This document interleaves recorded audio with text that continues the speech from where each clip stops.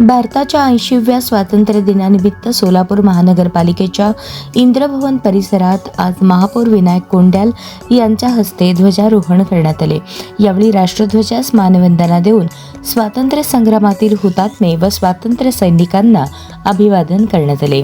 याप्रसंगी उपमहापौर ज्ञानेश्वरी देवकर, सभागृह नेते नरेंद्र काळे, स्थायी समिती सभापती रंजिता चाकोते, शहराध्यक्ष तथा नगरसेविका रोहिणी तडवळकर, महिला व बालकल्याण सभापती निर्मला जंगम, कामगार कल्याण व जनसंपर्क सभापती श्रद्धा पवार, महापालिका आयुक्त डॉक्टर सचिन ओंबासे, अतिरिक्त आयुक्त संदीप कारंजे, अतिरिक्त आयुक्त वीणा पवार, मुख्य लेखाधिकारी रत्नराज दवळगेकर, उपायुक्त सोनाली यादव यांच्यासह महानगरपालिकेचे अधिकारी व कर्मचारी उपस्थित होते।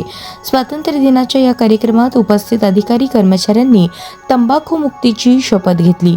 निरोगी समाज निर्माण करण्यासाठी तंबाखूजन्य पदार्थांपासून दूर राहण्याचा तसेच पाण्याचे संवर्धन करून त्याचा काटकसरीने वापर करण्याचा संकल्प यावेळी सर्वांनी केला।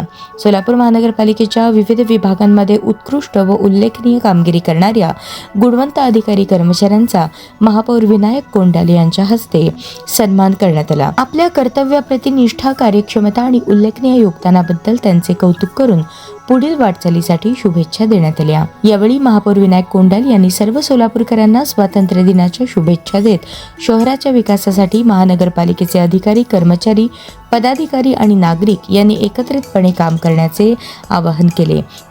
कार्यक्रमाचे सूत्रसंचालन नगर सचिव प्रवीण दंतकाळे यांनी केले।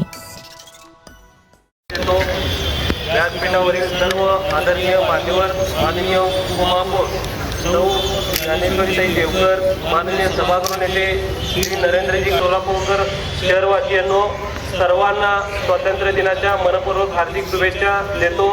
आज आपण राष्ट्रध्वजाला माना आपल्या स्वातंत्र्यासाठी सर्वस्व अर्पण करणाऱ्या ज्ञात